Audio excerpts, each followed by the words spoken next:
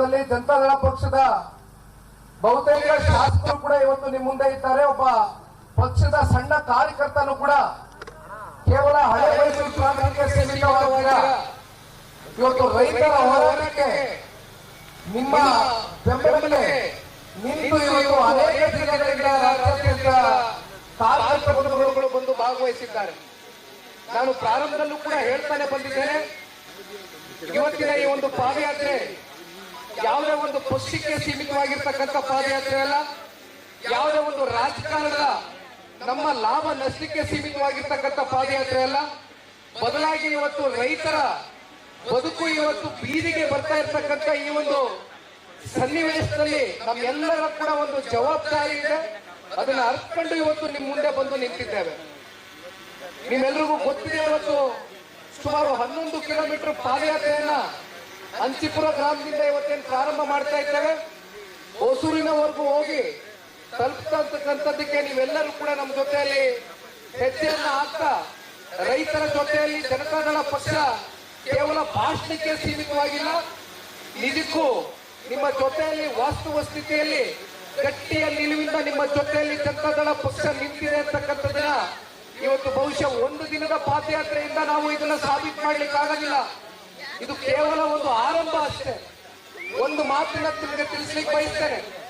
ನಿನ್ನೆ ಮೊನ್ನೆ ಏನಾಗಿದೆ ನೋಡಿದ್ದೀರಿ, 7 ಜನ ಇವತ್ತು ಚೆಕ್ ನ ಈಸ್ಕೊಂಡಿರ್ತಕ್ಕಂಥದ್ದನ್ನ ನೋಡಿದ್ದೇವೆ.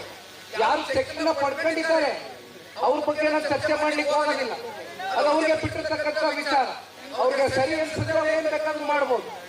ಆದ್ರೆ ಯಾರು 95% ಹೆಚ್ಚು ರೈತರು ಈ ಭಾಗದಲ್ಲಿ 2 ಪಂಚಾಯಿತಿ ಸೇರಿರ್ತಕ್ಕಂಥ ರೈತರು ಇವತ್ತು ನಿಮ್ಮನ್ನ ಬಂದು ಸರ್ಕಾರದ ಯಾವುದೇ ಅಧಿಕಾರಿಗಳಾಗಿ ಇಲ್ಲಿ ನೀವು ಗೆಲ್ಲಿಸಿ ವಿಧಾನಸೌಧ ಮೆಟ್ಲು ಹತ್ತಿರ್ತಕ್ಕಂಥ ಜನಪ್ರತಿನಿಧಿಗಳಾಗಿ ಸೌಜನ್ಯಕ್ಕೂ ಕೂಡ ನಿಮ್ಮ ಜೊತೆಯಲ್ಲಿ ಬಂದು ನಿಂತು ನೀವು ಭೂಮಿಯನ್ನ ಕೊಡ್ಲಿಕ್ಕೆ ಸಿದ್ಧರಿದ್ದೀರಾ, ಭೂಮಿಯನ್ನ ಕೊಡ್ಲಿಕ್ಕೆ ತಯಾರಿದ್ದೀರಾ. ಭೂಮಿಯನ್ನ ಕೊಟ್ಟರೆ ನಿಮ್ಮ ಜೀವನ ಮುಂದೆ ಯಾವ ರೀತಿ ರೂಪಿಸ್ತೀವಿ ಅಂತಕ್ಕಂಥ ಕನಿಷ್ಠ ಆತ್ಮವಿಶ್ವಾಸವನ್ನ ಕೂಡ ತುಂಬಿಸ್ತಕ್ಕಂಥ ಒಂದು ಪ್ರಯತ್ನವನ್ನ ರಾಜ್ಯ ಸರ್ಕಾರದ ಜನಪ್ರತಿನಿಧಿಗಳು ಮಾಡಲಿಲ್ಲ. ಹಾಗಾಗಿ ಒಂದು ಮಾತನ್ನ ಹೇಳ್ತಾರೆ, 450ಕ್ಕೂ ಹೆಚ್ಚು ದಿನ ಅಂದ್ರೆ 16 ತಿಂಗಳು ಕಳೆದೋಗಿದೆ. ಇವತ್ತು ನಿಖಿಲ್ ಕುಮಾರಸ್ವಾಮಿ ಆಗಲಿ, ಇಲ್ಲಿರ್ತಕ್ಕಂಥ ಮಂಜಣ್ಣವರಾಗಲಿ, ಇದು ನಾವು ಮೊದಲನೇ ದಿನ ಪ್ರವೇಶ ಮಾಡ್ತಾ ಇರ್ತಕ್ಕಂಥದ್ದಲ್ಲ, ರಾಜ್ಯ ಮಟ್ಟದಲ್ಲಿ ದೊಡ್ಡ ಸುದ್ದಿ ಆಗಿದೆ. ಅದನ್ನ ನೋಡಿ ನಾವು ಬಂದಿರತಕ್ಕಂಥದ್ದಲ್ಲ.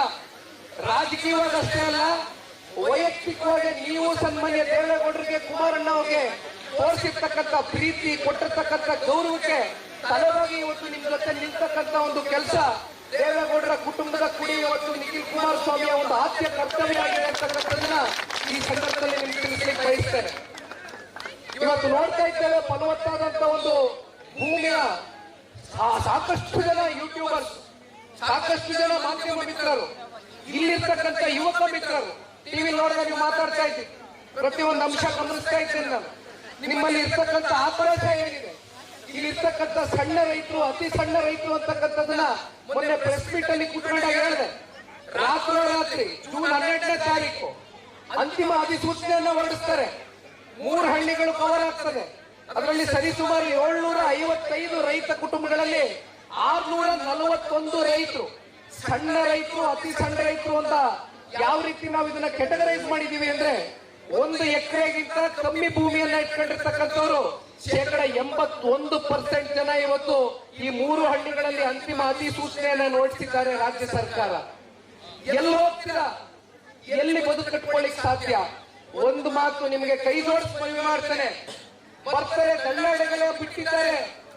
ಮಂಜಣ್ಣವ್ರು ಕೇಳಿದೆ, ಹೊಸೂರು ಗ್ರಾಮಕ್ಕೆ ಹೋಗಿದ್ವಿ, ಯಾರು ಮಂಜಣ್ಣ ಇದು ರೈತರ ಮುಖ ಕಾಣ್ತಾ ಇಲ್ವಲ್ಲ ಅಂತೆ. ಮಂಜಣ್ಣ ನನ್ನ ಗಾಡಿಲಿ ಕುಂತ್ಕೊಂಡು ಹೇಳಿದ್ರು, ಇಲ್ಲ ಇಲ್ಲ 1 ಜನ ದಳ್ಳಾಳಿಗಳು ಬಿಟ್ಟವ್ರೆ, ದಿನ ಬೆಳಗ್ಗೆ ತಲೆ ಕೆಡಿಸ್ತಾರೆ. ನೀವೇನಾದ್ರೂ ಕೋರ್ಟ್ ಕಚೇರಿ ಅಂತ ಹೋದ್ರೆ ಮತ್ತೆ ನಿಮ್ಗೆ ಇರ್ತಕ್ಕಂಥ 1 ಎಕರೆ ಭೂಮಿನೂ ಅದರಲ್ಲಿ ಅರ್ಧ ಎಕರೆ ನೀವು ವಕೀಲರಿಗೆ ಬರ್ಕೊಡ್ಬೇಕಾಗ್ತದೆ, ದಯವಿಟ್ಟು ಕೊಟ್ಬಿಡಿ ಎಲ್ಲ ಅಂತಕ್ಕಂಥದ್ದನ್ನ ಒಳಗಡೆಯಿಂದ ಕೂತ್ಕೊಂಡು ವ್ಯವಸ್ಥಿತವಾಗಿ ಸಂಚನ್ನ ರೂಪಿಸ್ತಾ ಇದ್ದಾರೆ. ಅದಕ್ಕೆ ಕುಮ್ಮಕ್ ಕೊಡ್ತಾ ಇರ್ತಕ್ಕಂಥವ್ರು ಯಾರು ಅಂತಕ್ಕಂಥದ್ದು ನಿಮ್ಗೆ ಗೊತ್ತಿದೆ. ದಯವಿಟ್ಟು ನಿಮ್ಮಲ್ಲಿ ಒಗ್ಗಟ್ಟು ಯಾವುದೇ ಕಾರಣಕ್ಕೂ, ಕೈ ಜೋಡಿಸಿ ಮನವಿ ಮಾಡ್ತೇನೆ, ನಮ್ಮ ರೈತರಲ್ಲಿ ಒಗ್ಗಟ್ಟನ್ನ ಮುರಿತಕ್ಕಂಥ ಪ್ರಯತ್ನ ಆಗ್ತಾ ಇದೆ. ನೀವು ಒಮ್ಮತದಿಂದ ಇವತ್ತು ಯಾವ ರೀತಿ ಗಟ್ಟಿ ನಿಲುವಿಂದ ನಿಂತಿದ್ದೀರಿ, ನೀವು ಇದೇ ಗಟ್ಟಿ ನಿಲುವಿಂದ ನಿಂತ್ರೆ ಯಾರು ಕೂಡ ಅರ್ಧ ಇಂಚ್ ಭೂಮಿನೂ ಕೂಡ ಇವತ್ತು ನಿಮ್ಮ ಭೂಮಿಯನ್ನ ಕಸ್ಕೊಳ್ತಕ್ಕಂಥದ್ದಾಗ್ಲಿ ವಶಪಡಿಸ್ಕೊಳ್ತಕ್ಕಂಥದ್ದಾಗ್ಲಿ ಸರ್ಕಾರ ಮಾಡ್ತಕ್ಕಂಥದ್ದಕ್ಕೆ ದಯವಿಟ್ಟು ಅವಕಾಶ ಮಾಡಿಕೊಡ್ಬೇಡಿ, ಕೈ ಜೋಡಿಸಿ ಮನವಿ ಮಾಡ್ತೇನೆ. ಶಾರದಮ್ಮನವರು ಕೂಡ ಬಂದಿದ್ದಾರೆ, ಶಿವಮೊಗ್ಗ ಗ್ರಾಮಾಂತರದ ಶಾಸಕರು ಅಮ್ಮವರು ಭಾಗವಹಿಸಿದ್ದಾರೆ, ಕರಿಯಮ್ಮನವರು ಎಲ್ಲರೂ ಕೂಡ ಇದ್ದೇವೆ. ನಮ್ಮ ಕರ್ತವ್ಯ ಇದೆ ಇವತ್ತು. ಹಾಗಾಗಿ ಇನ್ನೊಂದು ಮಾತನ್ನ 2-3 ಅಂಶಗಳನ್ನ ತಿಳಿಸ್ತೇನೆ. ನಿಮಗೆ ಗೊತ್ತಿದೆ, ನಾನು ಪತ್ರಿಕಾಗೋಷ್ಠಿ ಕರೆದು ಒಂದು ಮಾತನ್ನ ಹೇಳಿದೆ. ಇವತ್ತು ಈ ಪ್ರಾಜೆಕ್ಟ್ ನ ಮಾಡ್ತಕ್ಕಂಥದ್ದಕ್ಕೆ ಇದರ ಸಂಪೂರ್ಣ ವೆಚ್ಚ ಎಷ್ಟಪ್ಪ ಅಂದ್ರೆ 18,000 ಕೋಟಿ. ಆ 18,000 ಕೋಟಿಯಲ್ಲಿ ಹುಡುಕೋದಿಂದ ಇವತ್ತು ಲೋನ್ ಅನ್ನ ತಗೊಂಡ್ ಬರ್ಲಿಕ್ಕೆ ಸ್ಯಾಂಕ್ಷನ್ ಲೆಟರ್ ಕೂಡ ತಗೊಂಡ್ ಬಂದಿದ್ದಾರೆ. ಆ ಸ್ಯಾಂಕ್ಷನ್ ಲೆಟರ್ ಅಲ್ಲಿ ಏನ್ ಬರ್ತಿದ್ದಾರಪ್ಪ ಅಂದ್ರೆ, ರೈತರ ಹತ್ರ ನೀವು ಹೋಗಿ ಸಹಿ ಹಾಕ್ಸ್ಕೊಂಡಿದ್ದೀರಾ, ರೈತರ ಒಪ್ಪಿಗೆಯನ್ನ ಪಡೆದಿದ್ದೀರಾ ಅಂತಕ್ಕಂಥದ್ದನ್ನ ಇವತ್ತು ಹುಡ್ಕೋದವ್ರು ಕೇಳ್ತಾ ಇದ್ದಾರೆ. ನೀವು ಯಾವುದೇ ವೈಯಕ್ತಿಕವಾಗಿ ಎಲ್ಲಾದ್ರೂ ಹೋಗ್ಬಿಟ್ಟು ಬ್ಯಾಂಕಿಗೆ ಲೋನ್ ಅಪ್ಲೈ ಮಾಡಿದಾಗ ನಿಮ್ಮ ಆಸ್ತಿ ಪಾಸ್ತಿಗಳನ್ನ ಅನುಮಾನ ಮಾಡಬೇಕು ಅಂತಾರೆ. ಮತ್ತೆ ನಿಮ್ಗೆ ಯಾಕೆ ನಾವು ಸಾಲವನ್ನ ಕೊಡಬೇಕು ಅಂತ ಕೇಳ್ತಾರೆ. ಸರ್ವೇ ಸಾಮಾನ್ಯ ಅಲ್ವಾ? ಅದೇ ರೀತಿ ಸರ್ಕಾರಕ್ಕೂ ಕೂಡ ಹುಡುಕೋದಿಂದ ಇವತ್ತು ಲೋನ್ ಅನ್ನ 12,000 ಕೋಟಿಯನ್ನ ಏನು ತಗೊಳಕ್ಕೆ ಸ್ಯಾಂಕ್ಷನ್ ಲೆಟರ್ ತಗೊಂಡ್ಬಂದಿದ್ದಾರೆ. ಯಾವ ಕಾರಣಕ್ಕೂ ಕೂಡ 10 ರೂಪಾಯಿ ಬಿಡುಗಾಸು ಬಿಡುಗಡೆ ಆಗೋದಿಲ್ಲ. ಅಲ್ಲೆಲ್ಲೋ PMID ಬೆಂಗಳೂರು ಅಲ್ಲಿರ್ತಕ್ಕಂಥ ಸಾರ್ವಜನಿಕರ ಆಸ್ತಿ ಪಾಸ್ತಿ ಅದನ್ನ ಅಡಮಾನ ಇಟ್ಟಿದ್ದಾರೆ. BDO ಈಕ್ವಿಟಿ 2,000 ಕೋಟಿ ಕೊಟ್ಟಿದ್ದಾರೆ. ಒಟ್ಟಾರೆಯಾಗಿ 87% ಲೋನ್ ಅನ್ನ ತಗೊಂಡು ಸಾಲ ತಗೊಂಡು ಈ ಪ್ರಾಜೆಕ್ಟ್ ನ ಯಾರಿಗೋಸ್ಕರ ಮಾಡ್ತಾ ಇದ್ದಾರೆ, ಯಾರ ಲಾಭಕ್ಕೋಸ್ಕರ ಮಾಡ್ತಾ ಇದ್ದಾರೆ, ಯಾರ ಪ್ರಗತಿಗೋಸ್ಕರ ಮಾಡ್ತಾ ಇದ್ದಾರೆ? ನಿಮ್ ಕೈಗಳಲ್ಲಿ ಬೋರ್ಡ್ ಇಟ್ಕೊಂಡಿದ್ದೀರಿ. 33,500 ಕೋಟಿ ಅಂತಕ್ಕಂಥ ಲಾಭವನ್ನ ಯಾವ ರಿಯಲ್ ಎಸ್ಟೇಟ್ ಕಂಪನಿಗಳು ಕೂಡ ಕೊಟ್ಟಿದ್ದೀರಿ, ಯಾವ ವ್ಯಕ್ತಿಗಳಿಗೆ ಅನುಕೂಲ ಮಾಡಿಕೊಟ್ಟಿದ್ದೀರಿ. ಆ ಅನುಕೂಲದಲ್ಲಿ ನಿಮಗೆ ಬರ್ತಕ್ಕಂಥ ಆದಾಯ ಎಷ್ಟು, ನೀವು ಮಾತಾಡ್ಕೊಂಡಿರ್ತಕ್ಕಂಥ ಪರ್ಸೆಂಟೇಜ್ ಏನು, ಇದನ್ನ ದಯವಿಟ್ಟು ಕೇಳಬೇಕಣ್ಣ. ನಾವೆಲ್ಲ ಕೂತ್ಕೊಂಡು ಇವತ್ತು ಅಷ್ಟು ಸುಲಭವಾಗಿ ರೈತರು ಬರ್ತಕ್ಕಂಥವ್ರಲ್ಲ. ನಮಗ್ ಗೊತ್ತಿದೆ, ನೀವೆಲ್ಲ ಶ್ರಮಜೀವಿಗಳು. ಅತಿವೃಷ್ಟಿ ಆಗ್ಲಿ ಅನಾವೃಷ್ಟಿ ಆಗ್ಲಿ ನೀವು ಬೇರೆ ಇನ್ಯಾವುದು ವಹಿವಾಟುಗಳು ವ್ಯಾಪಾರಗಳು ಹೋದಂತವರಲ್ಲ, ಕಲೆ ಹಾಕಂತವರಲ್ಲ. ಕಷ್ಟನೋ ಸುಖನೋ ಭೂಮಿತಾಯಿಯನ್ನ ನಂಬ್ಕೊಂಡು ಇವತ್ತು ಬದುಕನ್ನ ಕಟ್ಕೊಂಡಿದ್ದೀವಿ. ಕಣ್ಣಾರೆ ನೋಡಿದ್ದೇನೆ. ನಮ್ಮ ಮಂಜಣ್ಣವ್ರ ಜೊತೆ ನಡಿ ಮಂಜಣ್ಣ ವಾಸ್ತವ ಸ್ಥಿತಿ ಏನಿದೆ ಅಂತಕ್ಕಂಥದ್ದು ನಮ್ಮ ಮಾಧ್ಯಮದ ಮಿತ್ರರನ್ನು ಕೂಡ ಕರ್ಕೊಂಡು ಹೋಗುವಂತ ಬಂದಿದ್ವು. ನೋಡಿದ್ದೇವೆ. ಹೈನುಗಾರಿಕೆಯನ್ನ ಮಾಡ್ತಕ್ಕಂಥ ಮಂಜಣ್ಣವ್ರು ಬರ್ಬೇಕು ದಯವಿಟ್ಟು. ಹೈನುಗಾರಿಕೆಯ ಮೇಲೆ ಜೀವನವನ್ನ ರೂಪಿಸಿರ್ತಕ್ಕಂಥ ಅತಿ ಸಣ್ಣ ರೈತರು, ಜಮೀನು ಇಟ್ಕೊಂಡಿಲ್ಲ, ಗುತ್ತಿಗೆಗೆ ಭೂಮಿಯನ್ನ ಪಡ್ಕೊಂಡಿದ್ದಾರೆ.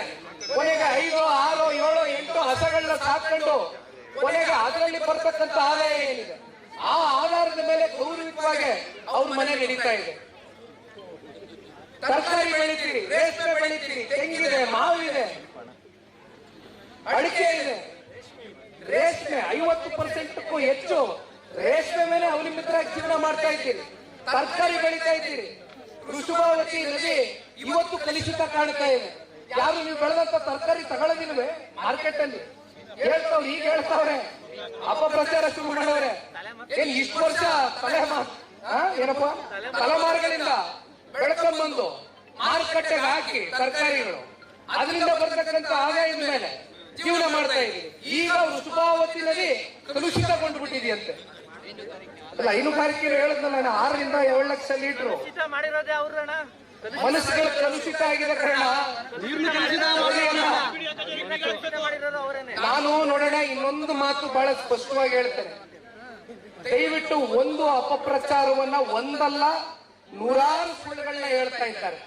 ನಾನು ಕೂಡ ಮಾಧ್ಯಮದಲ್ಲಿ ನೋಡ್ತಾ ಇದ್ದೇನೆ. ತಾಂತ್ರಿಕವಾಗಿ ಬಂದು ಕೂತ್ಕೊಂಡು ನಿಮ್ಗೆ ಇರ್ತಕ್ಕಂಥ ವಾಸ್ತವಾಂಶದ ಮಾಹಿತಿಯನ್ನ ಕೊಡ್ಲಿಕ್ಕೆ ಇವ್ರ ಕೈಲಿ ಆಗ್ತಾ ಇಲ್ಲ. ಬರೀ ಸುಳ್ಳನ್ನೇ ಹೇಳ್ಕೊಂಡು ಸುಳ್ಳನ್ನೇ 100 ಬಾರಿ ಹೇಳಿದ್ರೆ ಅದನ್ನ ತಲೆ ಮೇಲೆ ಹೊಡೆದು ಸತ್ಯವಾಗಿ ಸಾಬೀತು ಮಾಡ್ತೀನಿ ಅಂತಕ್ಕಂಥ ಉದ್ದಟದಿಂದ ಇಲ್ಲಿರ್ತಕ್ಕಂಥ ಕೆಲವು ರಾಜಕಾರಣಿಗಳ ನಡೆಗಳೇನಿದೆ, ಒಂದು ಮಾತನ್ನ ನಾನು ತಿಳಿಸ್ಲಿಕ್ಕೆ ಬಯಸ್ತೇನೆ. ಇಲ್ಲಿರ್ತಕ್ಕಂಥ ಶಾಸ್ತ್ರಿಗೆ ಮಂಜಣ್ಣವ್ರು ಉತ್ತರ ಕೊಡ್ತಾರೆ. ನಾನು ಇನ್ನೂ ಸವಿಸ್ತಾರವಾಗಿ ಪ್ರೆಸ್ ಮೀಟ್ ಕರೆಯಿದ್ರೆ ಇವತ್ತು ಕರೆದು ಮಾತಾಡ್ತೀನಿ ಮಧ್ಯಾಹ್ನ ಊಟದ ಟೈಮಲ್ಲಿ. ಆದ್ರೆ ಒಂದು ಮಾತನ್ನ ದಯವಿಟ್ಟು ಕೈ ಜೋಡಿಸಿ ಮನವಿ ಮಾಡ್ತೀನಿ, ಕೇಳಿಸ್ಕೋಬೇಕು. ಕುಮಾರಸ್ವಾಮಿ ಅವರ ಕುಟುಂಬ 100 ಎಕರೆಗಿಂತ ಹೆಚ್ಚು ಜಮೀನನ್ನ ಈ ಭಾಗದಲ್ಲಿ ಹೊಂದಿದೆ ಅಂತಾರೆ. ಕೇತಗಾನಹಳ್ಳಿ ಜಮೀನು 85ನೇ ಇಸ್ವಿ, ನಿಖಿಲ್ ಕುಮಾರಸ್ವಾಮಿ ಹುಟ್ಟಿದ್ದು 88. ಹಲವಾರು ಬಾರಿ ಕುಮಾರಣ್ಣ ಅವರು ಹೇಳಿದ್ದಾರೆ ಆ ಜಮೀನನ್ನ ಕೊಂಡ್ಕೊಳ್ತಕ್ಕಂಥದಕ್ಕೆ ಕುಮಾರಣ್ಣವರ ಅವತ್ತೇನು ಸಕ್ರಿಯ ರಾಜಕಾರಣದಲ್ಲಿ ಇರಲಿಲ್ಲ.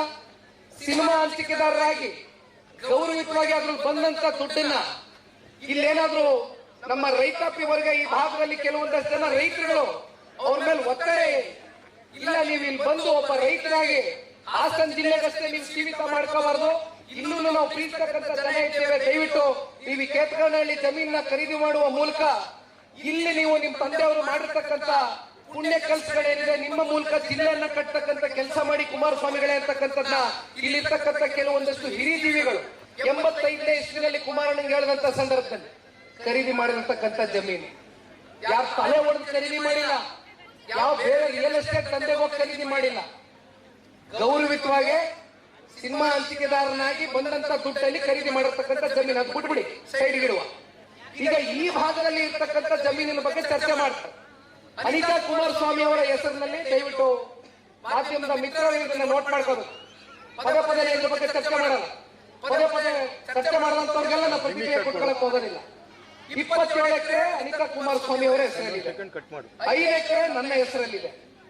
ಇದನ್ನ ತಗೊಂಡಂತ ಕಾರಣ ಏನಪ್ಪಾ ಅಂದ್ರೆ ಕೋವಿಡ್ ಬಂದಂತ ಸಂದರ್ಭದಲ್ಲಿ ನಾನು ನಿಮ್ಗೆ ಹೇಳ್ತೀನಿ, ತಗೊಂಡು ಕೃಷಿ ಭೂಮಿಯಾಗಿ ಇಟ್ಕೊಂಡಿದ್ದೇವೆ, ಯಾವುದೇ ಕಮರ್ಷಿಯಲ್ ಬಿಲ್ಡಿಂಗ್ ಗಳು ಏರಿಸಿಲ್ಲ, ದಯವಿಟ್ಟು ಬಂದು ನೋಡಬಹುದು.